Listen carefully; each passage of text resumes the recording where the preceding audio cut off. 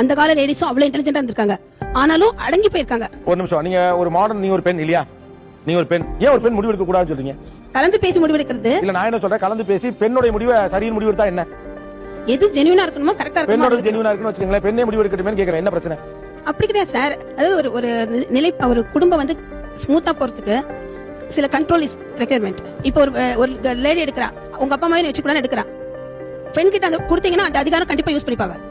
உங்ககிட்ட முடிவு எடுக்கும் அதிகாரம் இருந்தா உங்கள் கணவருடைய அம்மா அப்பா வீட்டில் இருக்க கூடாதுன்னு முடிவு எடுப்பீங்களா? நான் எடுக்க மாட்டேன். அப்ப மத்தவங்க எடுக்க மாட்டாங்க. ஒரு ஃபேமிலி இருக்கு, ஒரு முடிவு எடுக்க போறோம் அப்படின்னா அது எல்லார்கிட்ட கேட்டு எடுத்தா அது வந்து கரெக்டாக போய் முடியும்னு எனக்கு தோணுது. அதுதான் உண்மையும் கூட.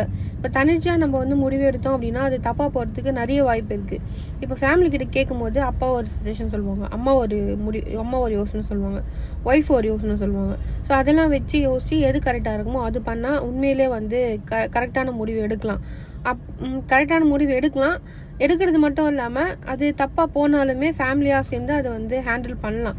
இதுவே ஒருத்தராக வந்து முடிவு எடுத்தோன்னு வச்சுக்கோங்களேன், நீ தானே எடுத்த அப்படின்னு நிறைய பேர் சொல்கிறதுக்கும் வாய்ப்பு இருக்குது. ஸோ அது தப்பாக போகிறதுக்கும் நிறைய வாய்ப்பு இருக்குது.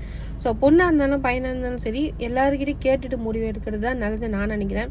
அண்ட் கோபிநாத் சொன்னாங்க, தனிச்சா ஏன் இந்த பொண்ணு முடிவு எடுக்கக்கூடாது அப்படின்னு. முடிவு எடுக்கலாம், நம்ம விஷயத்தில் பர்சனலாக முடிவு எடுக்கிறது அது வேற, ஃபேமிலியாக வந்து முடிவு எடுக்கிறது அது வேற.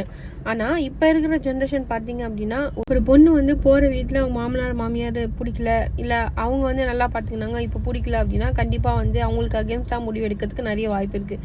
அவங்க மேலே தப்பே இல்லைனாலும் சரி. ஸோ ஏன்னா அப்படிதான் நம்ம இப்போ இருக்கிற ஜென்ரேஷன் அப்படி தான் இருக்குது. மாமனார் யாரும் தேவையில்லை, தனியாக இருக்கணும் அப்படின்ற மாதிரி ஒரு மைண்ட் தாட்டு. அப்புறம் நம்ம சுதந்திரமாக இருக்கணும் அப்படின்னு ஒரு மைண்ட் தாட்டு. ஸோ இந்த மாதிரி நம்மளுக்கு ஏற்ற ட்ரெஸ்ஸு போடணும் அப்படின்னு ஒரு மைண்ட் தாட்டு. ஸோ அப்படி இருக்கிறது தப்புன்னு தான் நான் சொல்வேன். என்னை பொறுத்த வரைக்கும் ஃபேமிலியோட கேட்டுட்டு, பையனாக இருந்தாலும் சரி பொண்ணாக இருந்தாலும் சரி யாராக இருந்தாலும் சரி ஃபேமிலியோட சேர்ந்து முடிவு எடுக்கிறது தான் பெஸ்ட்டாக இருக்கும். அது 100% பெஸ்ட்டாக இருக்கும்னு நான் நினைக்கிறேன். ஸோ நீங்கள் என்ன நினைக்கிறீங்கன்னு கமெண்ட்டில் சொல்லுங்கள். நான் அந்த ஆண்டி அவ்வளோ கேவலமாக பேசியிருக்காங்க, கமெண்ட்டில் பார்க்கும்போது அவ்வளோ இதுவாக இருக்குது. இவனுங்களுக்கெல்லாம் கமெண்ட் பண்ண தான் தெரியும். இவனுங்க வந்து அவங்க ஃபேமிலியில் நடக்கும்போது தான் அப்போ தெரியும். ப்ராக்டிக்கலாக யோசிக்கிறவங்க சில பேர் தான். தெரியாமல் ஏதோ ஒன்று பேசணும், ஏதோ ஒரு கமெண்ட் பண்ணணும், அவங்கள திட்டணும் அப்படின்னு நினைக்கிறவங்க தான் மீதி பேராக இருக்கிறாங்க.